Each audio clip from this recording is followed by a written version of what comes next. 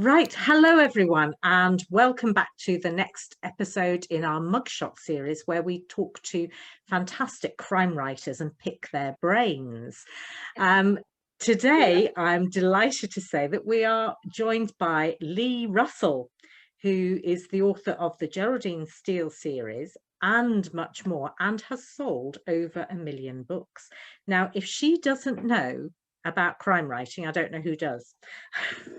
So, welcome, welcome, Leigh. It's lovely to see you.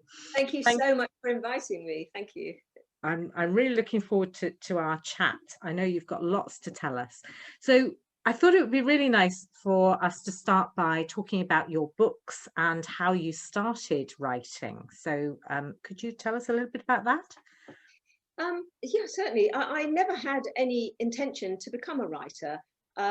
When I was growing up, there were not the crime writing courses that are around nowadays, the creative writing courses that are around nowadays. And it never occurred to me that it was something I might do. I was an avid reader. I read all the time. And I think in a way, inadvertently, I trained myself to understand about stories through reading so much. I studied literature at university for 4 years, and I then went into teaching, as you do when you've studied English at university. And so all of my adult life was around literature and reading. And it wasn't until I was in my 50s and my children had grown up and left home, and I stepped down from running a very busy department at work. I was a school teacher and I was running the learning support department. I was the Senko. And I stepped down from doing that. And then one day, an idea just popped into my head. And I think it was because I had the space in my head to actually think about it. So the way it came about was I was walking through my local park one day, and it was the summer term, so it was raining, of course, and the park was deserted. And I was walking along the path. Now, at the side of the path in my local park, there is a tangled copse of trees and shrubs on a bend in the path.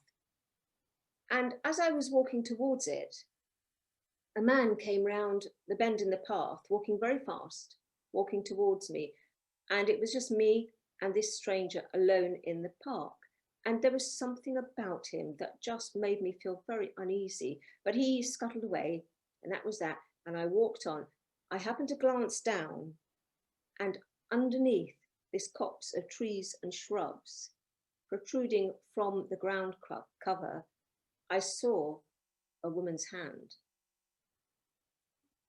Now, there is a point at which that little story deviates off into fiction.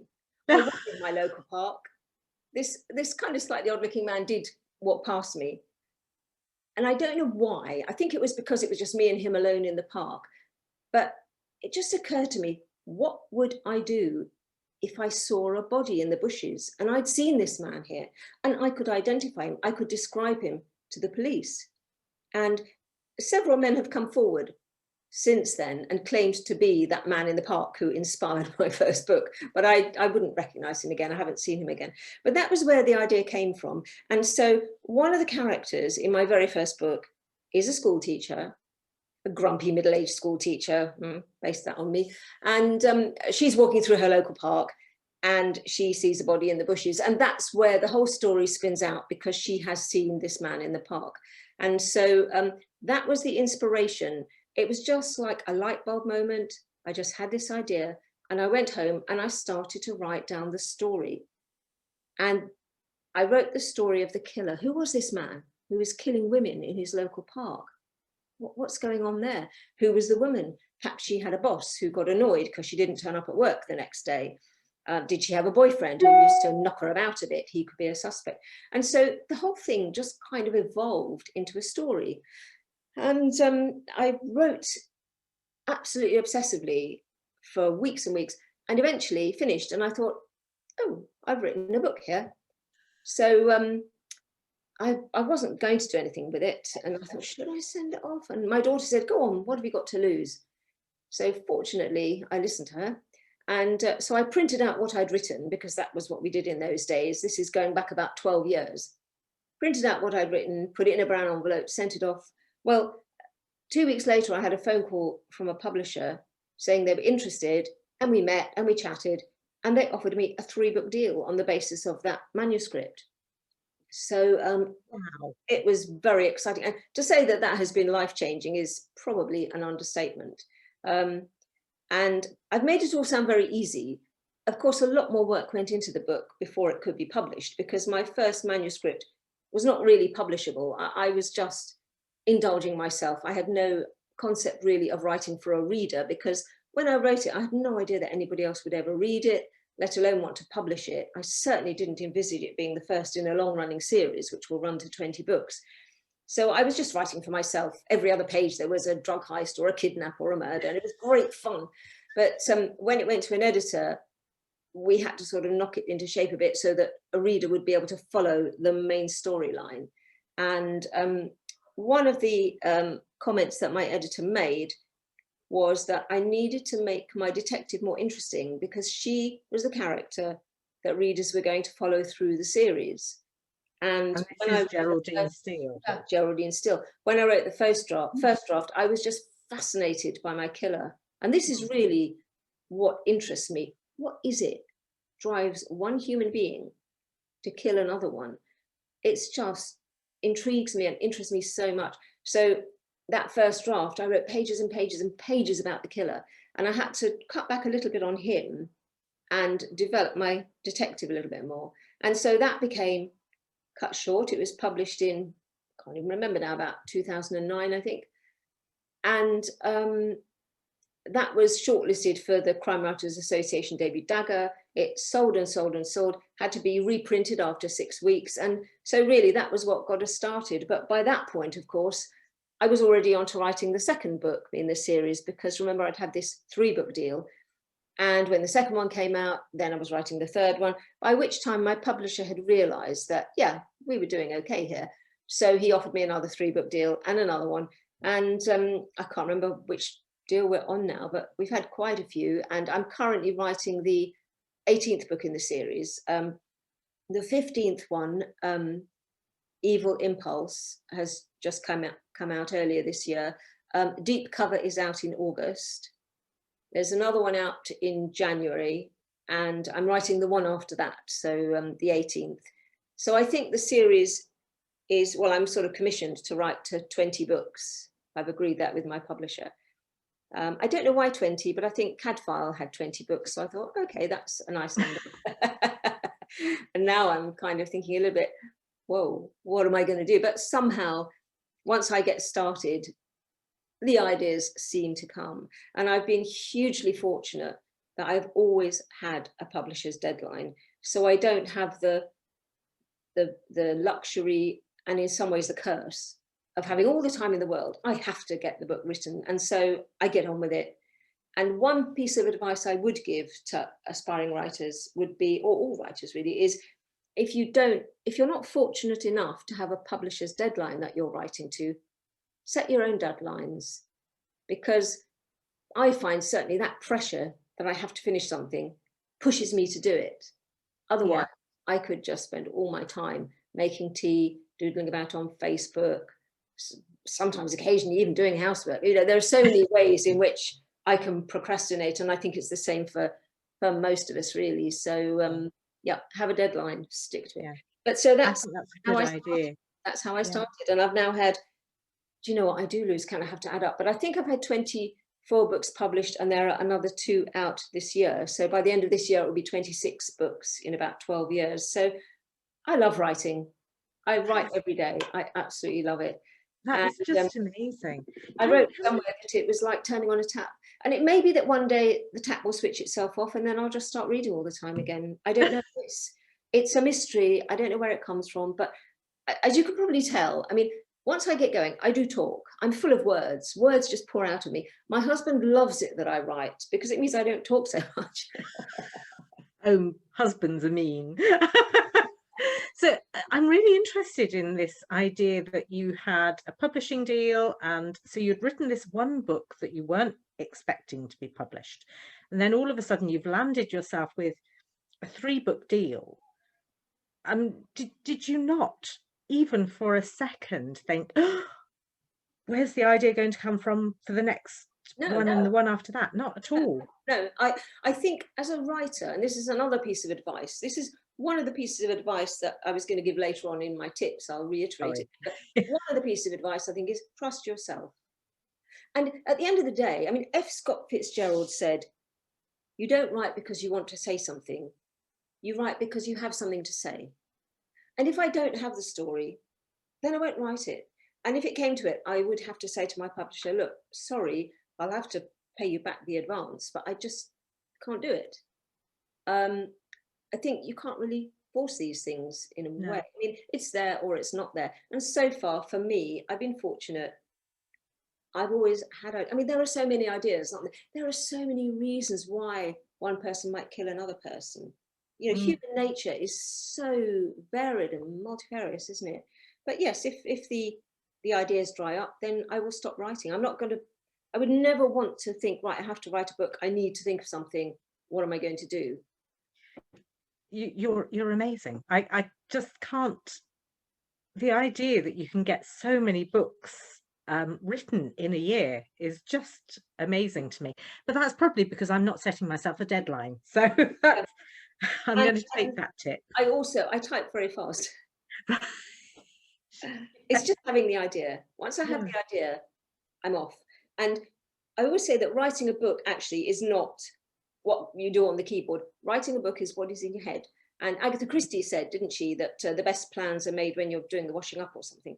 Yes. Well, now we all have dishwashers. Of course, we've lost that. But, you know, you can plan waiting in a supermarket queue anywhere. You can.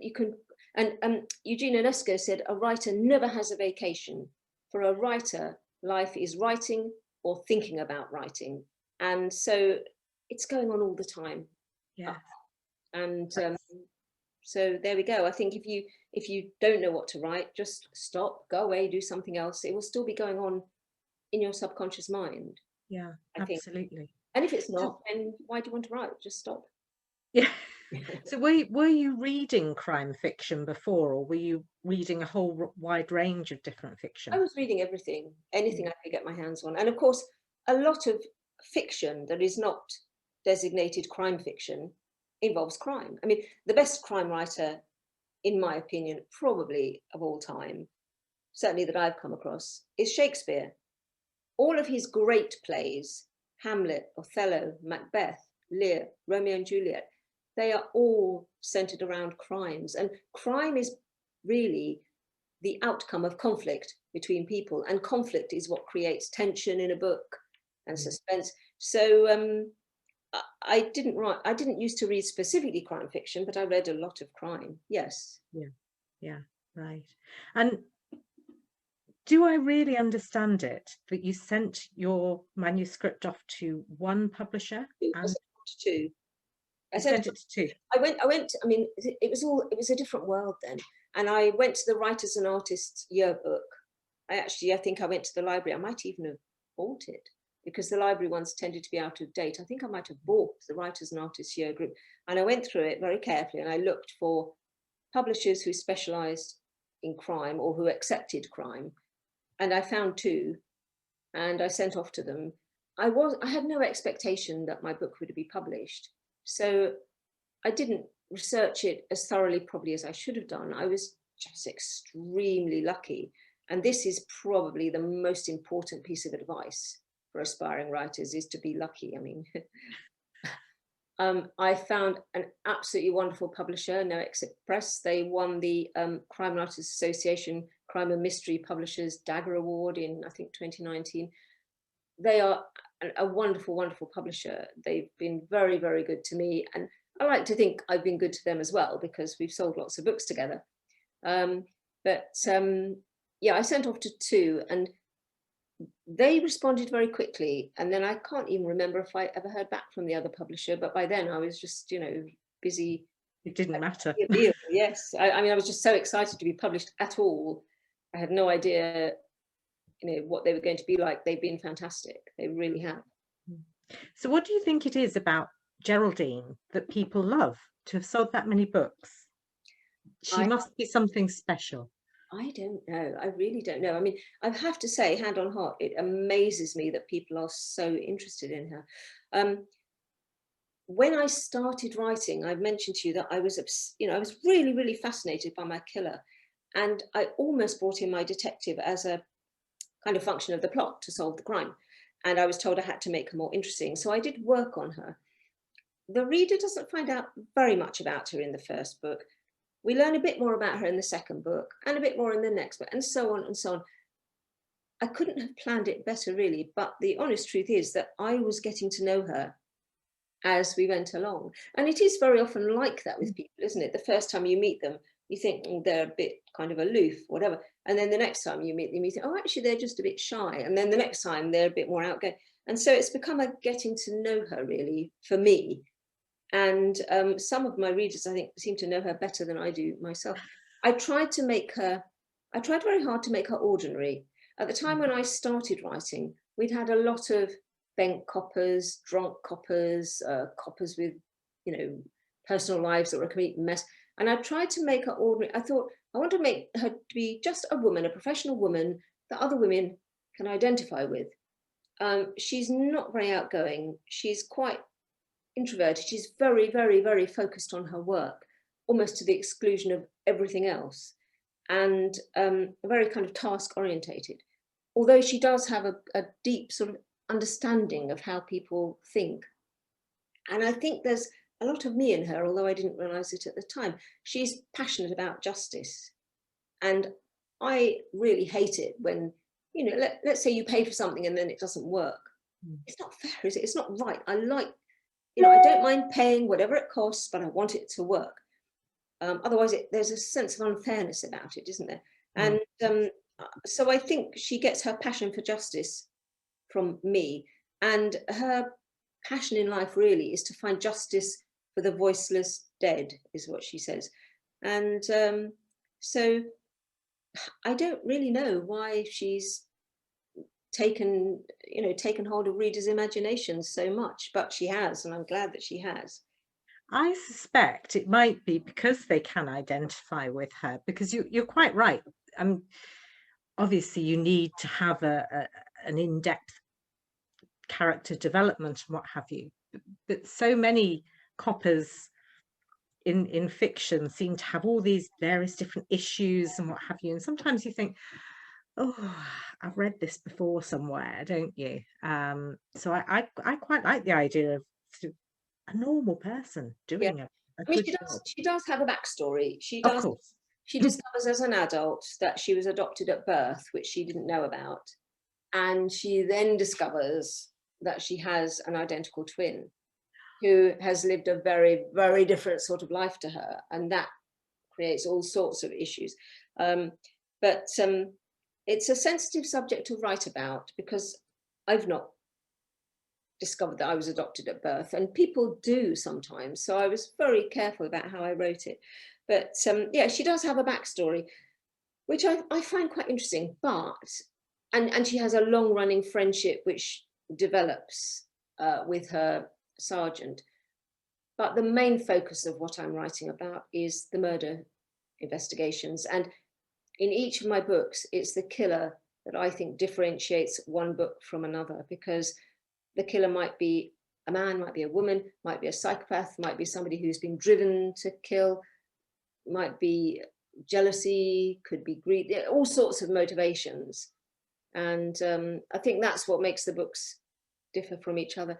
And I think one thing that makes crime fiction interesting is that it does look at us and the society we live in. So in one of my books, I'm exploring the issue of homelessness. Another one explores the issue of gun crime, might explore domestic abuse, a man being abused by a woman, which is not what we would stereotypically expect. So there are lots of issues in society. The killer in one of my books is really someone who shouldn't be at liberty unsupervised in society, and when he stops taking his medication, everything kicks off. And the book that looks at gun crime, that's one that's set in London. And of course, a lot of people who are in possession of firearms are not evil master criminals. They're dysfunctional people, they're kids who don't know what they're doing. it's a problem. And I think there are a lot of issues in society. I have no answers, obviously, but I think crime fiction gives us an opportunity to raise these issues. And it's like Hamlet says, to hold the mirror up to nature. I think crime fiction gives us an opportunity to look at these issues and explore them.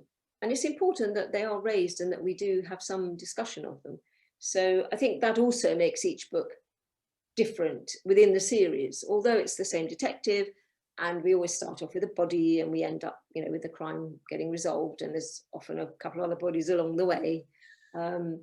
That's I can't remember what your question was now. Do you keep a folder of newspaper cuttings that spark your no? Do you keep notebooks or? I don't like reading about real crimes. Right. I don't read about true crimes. I don't like true crime No. programs on television, because to me, any crime is one person causing another person to suffer for their own selfish ends. And I honestly, I find it too upsetting. So, it sounds a bit facetious, but I like my crime to be in fiction. Yes.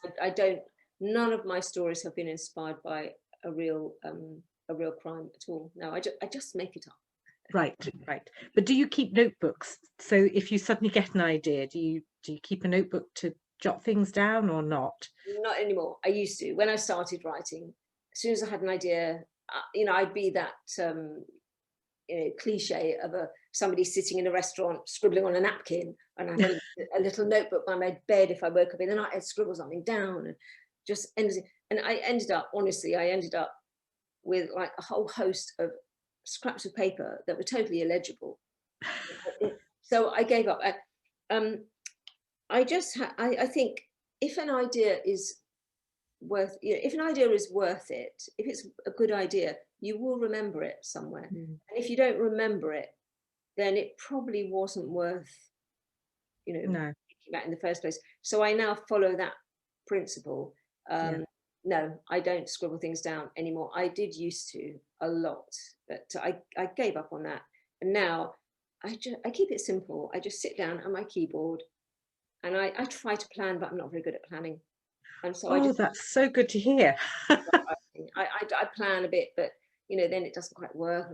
And so I can show you a little preview of the book I'm working on, as long as you can. Yes. What I do, I keep a sort of calendar, because I have the books work sort of in real time. On this day, Geraldine's doing this and the killer's out and about doing that, and then so I just have a calendar. Can you see this? It's just got notes. It's just yes, calendar, and I write down on each day what the different characters are doing, and I do it in pencil so I can rub it out, because I'm that old-fashioned. I don't use any. There are lots of very good programs that you can use, but I don't use any of them to organize my work. It's just my head, a bit of paper, and my fingers on the keyboard. Yeah. That's as much as I can cope with. Yeah, I love the calendar idea, actually. That is a really good way of structuring and keeping things in the right order, isn't it? So yes, I do like that. It may be that Geraldine interviews a witness or interviews a suspect on a Tuesday, and then she sees him again on the Friday, and I have to say it's 3 days later. I can't get the days wrong, and I do. No. I struggle a lot with timelines. I wrote a book set in Seychelles, not a Geraldine Steele. This was my sort of international investigator, really. And so I said they were in the Seychelles for 2 weeks.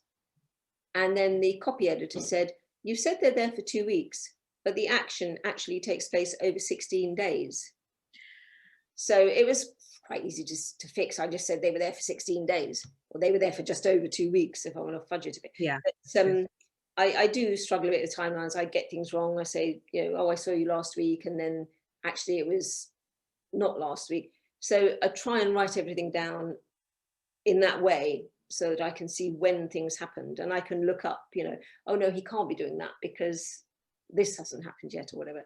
And in one of the earlier books, when I was reading through it, checking through before I sent it off to the editor, I realized that Geraldine was reading the notes from a meeting that had been moved to a subsequent chapter. So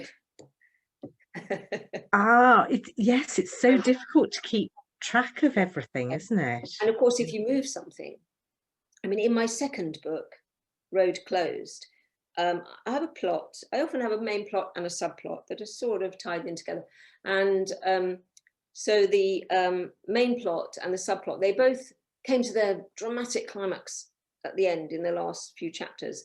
And so the editor said, yeah, it's great, but it's a very exciting start and the ending's really dramatic, but there's a bit of a lull in the middle. And so what I did was I moved the conclusion to the subplot a few chapters earlier, and then there was another little lull, and then the big ending. But of course, moving something earlier meant everything else had a knock-on effect. It's like dominoes, and everything else had to change. And I got in such a muddle. You know, I sorted it out in the end. But yeah, timelines is something that I struggle with, and you can't really fudge it too much when it's a murder investigation. No, no. All I can say is listening to that is thank goodness for computers and documents that you can move things around in big chunks and you're not having to do it in longhand. Oh, I imagine, yeah. I mean that said, somebody like, let's say, Dickens, they must have been much more careful, mustn't they? If you're writing it all with a quill pen, you don't want to make a mistake and have to redo it. No, absolutely. No, we're very fortunate, aren't we? Yeah. Really? So, And I don't think I would have had 26 books published in 12 years if I was writing it all with a quill pen. how long does it actually take you to write one of your books then, if you're doing it that? Are you doing 3 a year? It varies. Geraldine Steele has taken me 6 months because I have to research, I have to think, I have to work out the plot, I have different strands going on. I wrote a standalone psychological thriller in, I think it took me 3 weeks, because it's very, very different. It's written in the first person. So there's only one point of view, whereas Geraldine Steele is written mainly from Geraldine's point of view, but there may be some chapters from her colleague's point of view, certainly some chapters from the killer's point of view, some from witness, maybe a victim. So writing in the first person is a very different animal because you just start at the beginning, you get to the end, it's one viewpoint, and you can leave out all sorts of things. It doesn't matter because the reader is only going to know what your narrator knows. And of course, the narrator can be a bit unreliable, and the reader can kind of deduce that actually the narrator's lying here, whatever, but it's still one viewpoint. So I found that quite fast, quite quick to write. I've written a historical novel, which will be published this year in October. And that took me from start to finish, has taken me, I can't remember if it's 2 or 3 years to write because there was just so much research to do. And I started off actually writing a trilogy, and it had to be cut down into one novel because there was just so much research. Once you start researching history, there are so many interesting things going on, and I just had to write about them all because they were so fascinating. But actually, they didn't really follow my story. It was just a kind of diversion here and a diversion there, just because I was so interested in it. So that's taken me quite a long time to write, but it is finally getting published in October. So when is that set? That is set during the Renaissance in the 16th century, and it's set in Venice. Oh, right. And what's it called? It's called Abigail of Venice. Abigail of Venice. And we can look out for that in October. Yes. Right. And not crime fiction? There's always crime when there are people, isn't there? Yes. So, yes, it's sort of billed as a historical crime. Right. Okay. I shall look out for that one then. Fabulous. Well, I shall send you an email before it's out and say yes, please. And then I can put a post up saying, telling everyone that it's out as well. Yes, absolutely.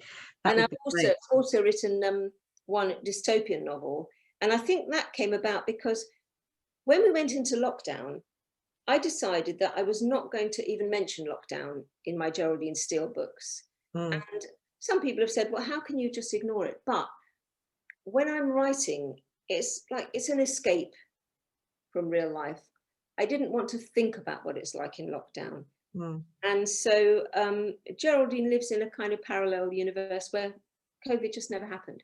Yeah. And actually, to write a book in lockdown would be quite difficult, wouldn't it? What happened? Okay, got up, had breakfast, had lunch, Yeah. watched a bit of telly, went to bed. No, I'm with you. I'm with you there. I'm not sure that I would particularly choose to pick up a book that involves lockdown. I don't want to think about it anymore. I'm over that. Yes, but that said, I did write a dystopian novel, which is set in the future after a virus that attacks not only human life, but all life forms on Earth. And you think about the ramifications of that and how would people survive? But a small number of people in my book do survive, and it's looking at how they survive in the society as it evolves and so on.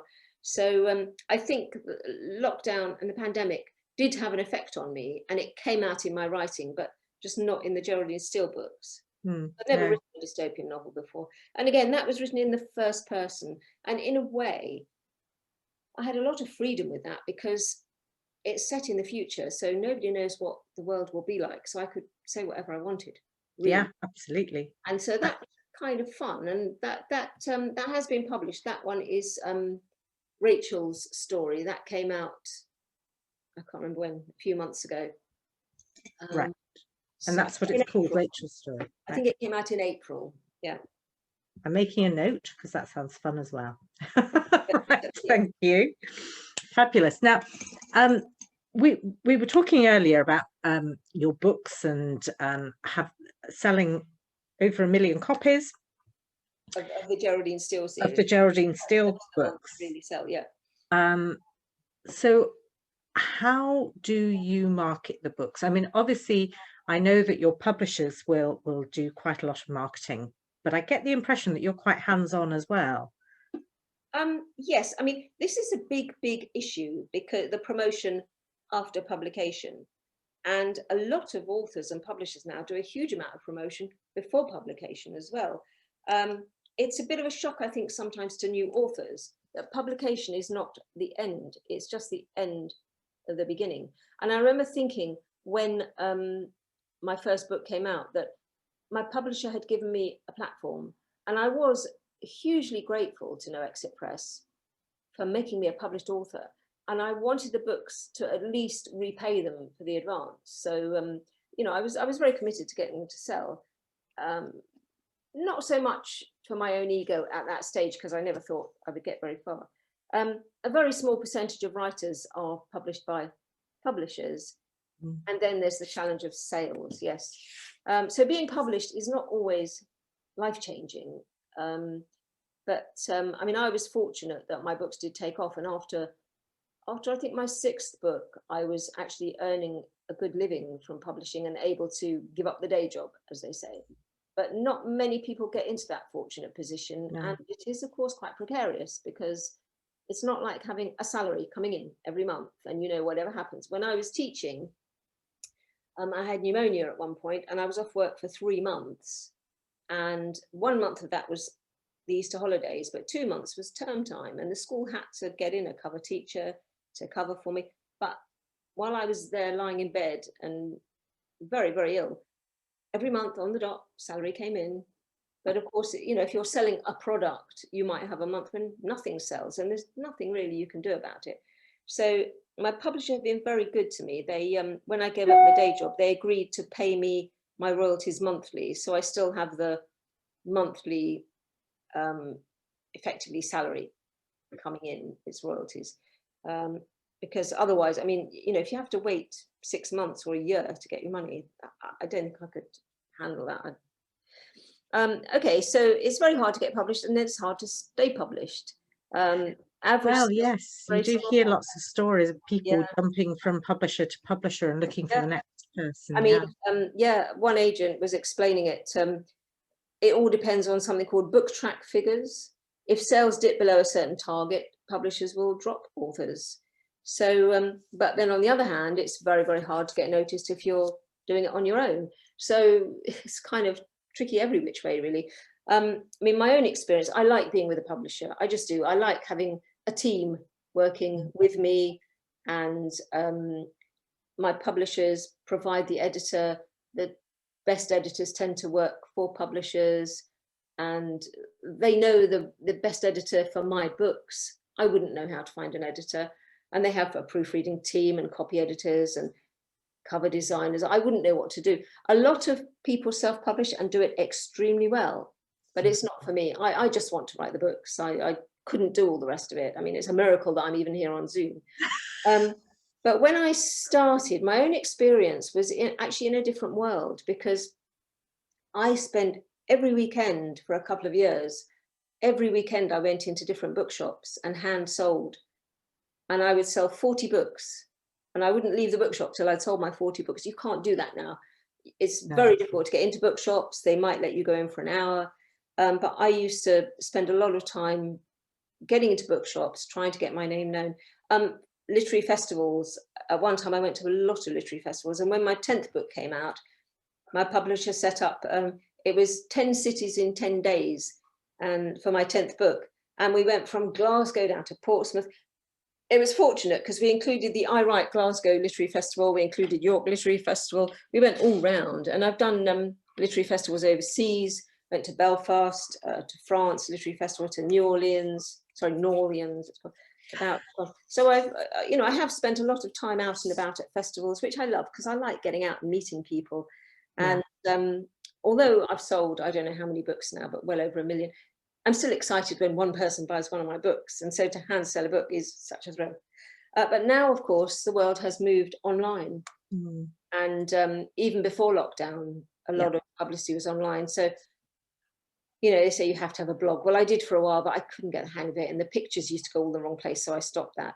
I'm on Facebook, I'm on Twitter. I have joined Instagram, but I don't really know what to do with it, and so on. And I found that, first of all, everybody said to me, oh, you have to have a blog. So I did that. And then they said, oh, no, blogs are old hat. You have to be on Facebook. Okay, so I did that. Oh, no, Facebook's, old hat. You have to be on Twitter. Okay, I did that. And then you have to do that. And I just said, oh, enough's enough. I can't, I can't get my head around it.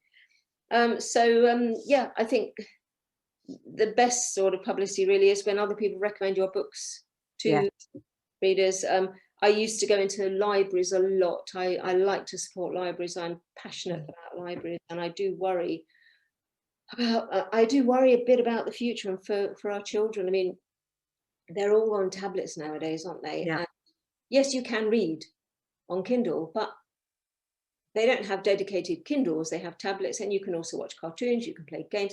What are the kids going to be doing, really? Yeah, chatting to their friends, playing games.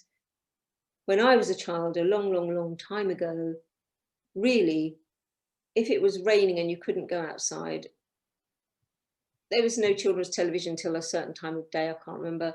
And so there was nothing to do. So we read. Wow. And we read quite challenging and demanding books, really. Things like Treasure Island and Swallows and Amazons. The language is not dumbed down for children, really. So I wonder, I mean, it's a different world now. And of course, the young people have different skills, and they would laugh at my struggles with technology because it's their world now, isn't it? But you sound as though you like to have a book in your hand rather than a tablet. Actually, I read on Kindle. I have do on my tablet, and I read on Kindle quite a lot. Yes, just for the convenience. Yeah. But, at least it is reading, and I don't think it matters really as long as we get the story. I mean, a lot of good writers now are going to Netflix and Amazon Prime and so on. A lot of the good television series doesn't arise out of books now. People are writing for television. I think if Shakespeare was alive nowadays, he'd probably be writing Hollywood films or something. I don't know. It's a different world, isn't it? But I think literacy, I mean, we have moved to a point where we could, in theory, be a post-literate society. There is no necessity to read and write anymore, is there? No, I suppose not. Oh, that's very depressing, though. It's very, very frightening, isn't it? It's very worrying. I mean, one of the things that I look at in my historical novel, it's set in the mid-16th century in Venice, and that was the time of the rise of the great Venetian print houses, and that was when printing really was put on the map. And in some ways, I think printing was a bigger change for mankind, even than the internet, because before printing, you could only read something that one person had handwritten, or you could hear what one person was reading out. And with the advent of printing, in theory, anyone could read anything that anybody else had written if they were able to read and could get their hands on it. Yeah. And So yeah, I mean, it's a changing world, isn't it? And I It know we is. have to adapt, but I think the idea that you can read what somebody wrote 100 years ago, 500 years ago, Mm. 1,000 years ago. I mean, one of the oldest items in the British Library it's a Chinese oracle stone. And okay, I can't read it. I can't read Chinese. You'd need to be able to read ancient Chinese, but it's 3,500 years old. And someone who can decode that could read what somebody wrote 3,500 years ago. I mean, it is just It's unbelievable. amazing, isn't it? Yeah. So I Yeah. think Yeah. we Yeah. have to hang on to this. But that said, I think with Kindles, more people are reading Mm. I books. take it all your books are available on Amazon then. So, They're all available on yeah. Amazon. And actually, my books do sell more on Kindle than in paperback. Right. That's so interesting, isn't it? And it's quick and it's easy, and Yeah. you get an email, you just click on it. And Mm. I have a lot of books on my Kindle that I've not read yet, but I will read at some point. Yeah. It is a Yeah. shame. It would be nice to have all those books in print in a library, but it's the convenience, isn't it? Really. It is. Yes. But equally, I suppose having those books so easily available, that could see the downfall of libraries as well, couldn't it? Yeah, Potentially. I know. Yes. Mm. Yeah. Which is a struggle for those who are less um, technically able, I think. But of course, with libraries, in a way, it's like a Kindle, isn't it? Because the books are just there, and with libraries, they're free. Yes. Kindle, you have to pay something. So Mm. yes, you have to leave your house, but you go to the library. There are loads of books there, and I Mm. can remember the first time I went to a library and looking around, and just that feeling of excitement that Mm. I want to read every book that's here. It's so exciting, isn't it, to just see the books. And seeing them on a screen is not the same, is it? You see what somebody else has put on your screen. You go into the library, you can walk around, you can touch them. It's a very exciting experience. I do worry that my children's children maybe won't have that experience. No, It's so no. important. I mean, this is one reason why I used to go into libraries a lot and just meet readers and talk to readers, because it's so important that we do keep our libraries. And I think having an author event in a library, it does draw people in.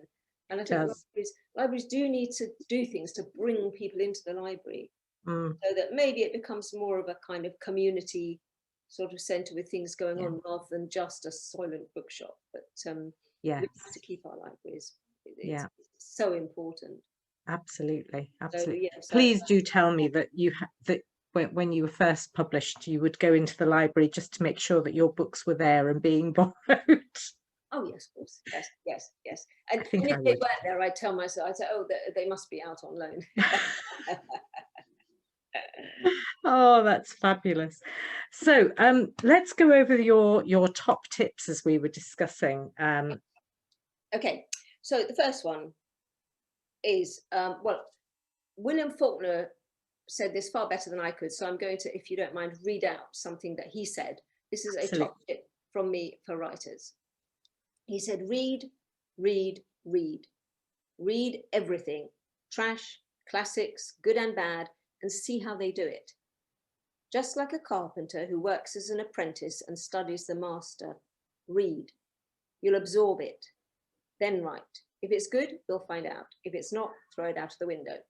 And I think when you read, you learn how stories are structured, and some stories just don't work for you. You don't really know why, some do, but unconsciously you absorb it all. And this is why I said earlier on, I think in a way, inadvertently, I trained myself to write by just reading constantly and avidly for about 40 years. I was always had my head in a book. Yeah. So that's my first tip. Read. Love that. Yeah. And I think sometimes when my writing sort of mojo goes a bit, the best thing I can do is just read, and then it sort of gets you going again. Somehow reading other people's words is inspiring in a way that watching television isn't, because I think when you're watching on the screen, so much of the work is done for you. When you're reading, whether it's in a book or on Kindle, whatever, when you're reading, all you have is the words, and you have to create the scenes for yourself. Yeah. And it's a very, very strange phenomenon, isn't it, when you think about it, that, okay, I've got an idea or a scene in my head. And through the mediums of little the medium of little squiggles on the page, what's in my head is somehow conveyed into your head. But just as I have to do the work to find the words to describe it, you have to use your imagination to understand what the words are all about and what's going on. So I find reading is, apart from just reading as much as you can to learn how to do it, just the act of reading itself, I find, is inspiring. Yeah.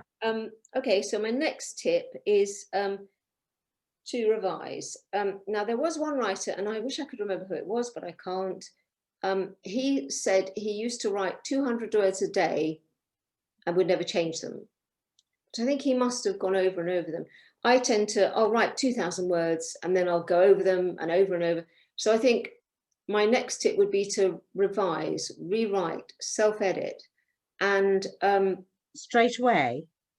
Whenever, it doesn't matter. I mean, some people like to write the whole draft and then go through it. I tend to write and then go over it. And sometimes I'll write a chapter and then the next day I'll go over that chapter to get me back into it and then go on and write the next chapter. Sometimes I'll go back. I'm thinking about a particular character and I might go back and revise a chapter I wrote about him. It doesn't really matter when you do it, I think. You have to find your own way. You have to work out how it works for you. Yeah. Whether you write the whole thing and then go through the whole thing, or whether you write a bit and then go over it. Sometimes I'll write a page and then go over it. When I finish, I then go over the whole thing and go over it again. So who was it said writing is rewriting? Somebody said that. Writing is rewriting. Yes. Yes. And then if you're serious about your writing, once you've done everything you possibly can to make it as good as you possibly can, and I do say to people who are thinking of submitting to literary agents and publishers, you only have one chance to make a first impression. So it's no good sending it off and then working on it a bit more and sending it off to someone else and working on it a bit more and sending it off to somebody else. Maybe that first agent would have taken you on if they'd had the final version of it. So get it as good as you possibly can. And then I think an editor is essential, a good editor. And if you can't afford an editor, or you're not at that stage yet, you think, because you don't think anyone will publish it, you know, have beta readers, whatever. You can join writing groups. You need to be very careful who you choose as your beta readers, because some people will tell you that everything you do is wonderful, because that is the nature of your relationship with them, and they want you to be happy. And that's not very helpful. Some people, I mean, you know, my daughters are really the most wonderful women in the world. You could take it from me. But we all, you know, love our own writing, don't we? So some people will read it and want to undermine you a bit. Maybe they're jealous or they genuinely don't like it, whatever. Some people will think they could do it better and they'll tell you what you should change. So be very careful who you choose. But I would say that if everybody who reads it comes back with the same comment, then maybe you should listen. Someone I know, she wrote a crime novel, and this is going back a few years. You know, Henning Mankell, he's dead now, sadly. A brilliant writer. And she came across him and she asked if he would read her manuscript, and he did. And he wanted to, he advised her to remove a particular chapter or scene. And her editor said the same thing. But she really liked that scene. For some reason, it resonated with her, perhaps something in her past, so she kept it. And a lot of the reviews said that scene ruined the book, because you cannot always see the wood for the trees when you're writing, and things that matter a great deal to you and seem really good, maybe to a general reader, they just don't work. No. So that second pair of eyes is really helpful. I do quite a lot of work with this because just helping other writers. I run the critiquing service for the Crime Writers Association, and I do some of the critiques myself. Great fun. I love doing them. And it is actually very often quite easy to see where something that could be really good doesn't quite hit the mark for a particular reason. And then you can suggest to the writer, if you did this or change that, you might want to think about doing that. Very difficult to see it in your own work. It is, absolutely, yes, because we get too close to things, don't we? Yes, exactly. You can't see the wood for the trees, absolutely. And always remember that it is your writing an editor can only suggest, can only guide. I always say with my critiques, particularly when I point out the weaknesses, I say, this is just my subjective opinion. You might want to think about it. You might disagree with me. That's fine. It's your writing. But I'm very experienced in the genre. This is my view. So just have a think about it. And they almost invariably come back and say, oh, yes, that's great. You know, yes, why didn't I see that? Because you don't do your own writing. Well, otherwise, what's the point in asking someone who's sold more than 1 million books? What's the point in asking you for a critique? Yes, and but if you don't do anything about it? Yes, but it is only my opinion. Yeah, and you know your stuff though, don't you? So oh yes, yes. But this leads on to my final point, which is, as a writer, trust yourself. Trust yourself, because you are the writer. And I mean, my editors, they'll say things, and 99 times out of 100, I'll think, oh yeah, why didn't I see that? Yeah, they're so right. It just absolutely spot on. But sometimes I don't agree with my editor, and then I don't make the change. There will be a reason why I don't agree. You know, editors can only give you things to think about. They can say, it seems a bit slow here. And I might look at it and think, well, no, actually, I want that to be slow for whatever reason, so I'm going to leave it. But usually I'll say, oh, yeah, I didn't notice it was getting a bit slow there. Yeah, fine.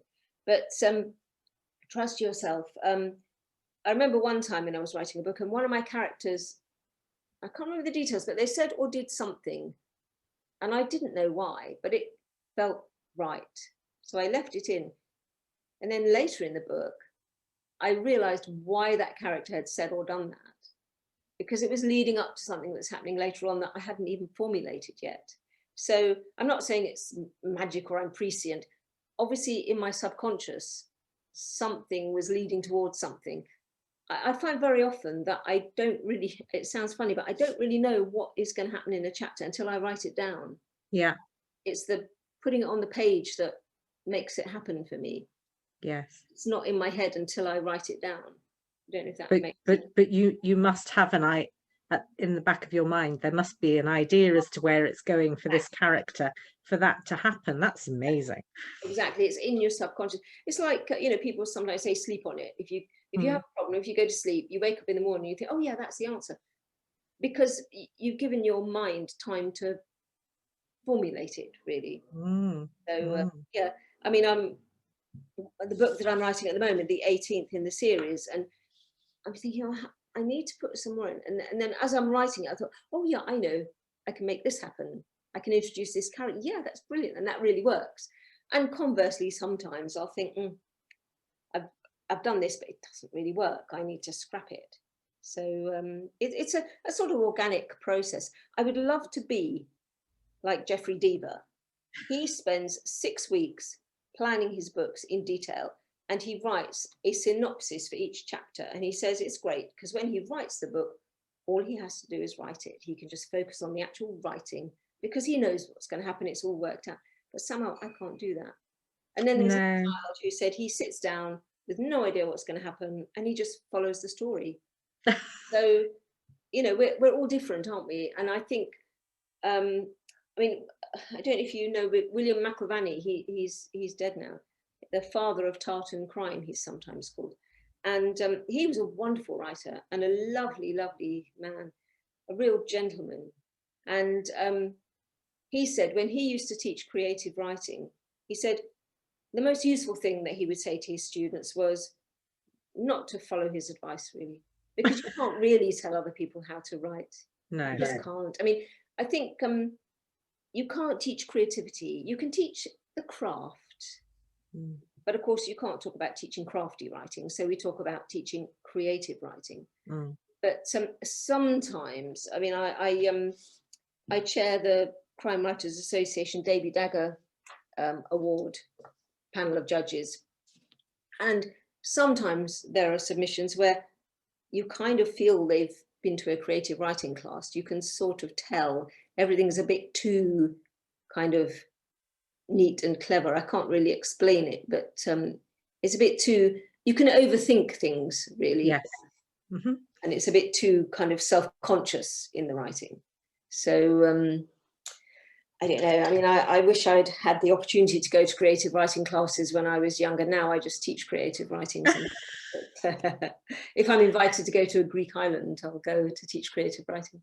Oh, right, okay. But I think I taught myself through reading a lot. Yes. That's Yeah. where I sort of learnt my craft, really. Yeah, absolutely. Because there is a difference writing for a reader to just writing for yourself. There is, definitely, yes. And it's very interesting, isn't it, that point, because I have to pull myself back from doing that, and think, actually, I don't want to be writing necessarily for a reader that I have in mind. I do find myself doing that. Yes, I mean, what I'm talking about really is it's a sort of balancing act. You know, how much do you spell out for your reader? Because particularly with crime fiction, readers like to speculate. They like to try and work it out. They don't want to be patronised. So how much do you spell out? On the other hand, if you keep too much back, it just becomes obscure and confusing, and then readers get impatient. So how much do you tell them? Yeah, That's kind of what I mean, I think, about writing for a reader. And are they actually going to understand what you're talking about?